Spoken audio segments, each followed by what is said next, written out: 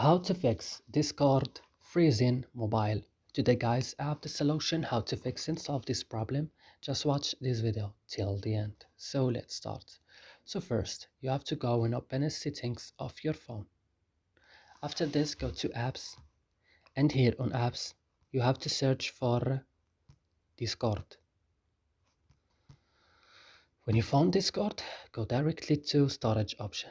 Then go to clear data and click OK, and go back and click on force stop and click OK. And now you have to restart your phone. And that's it. I hope this video is helpful for you. Don't forget to like, also subscribing in our channel. See you in another video.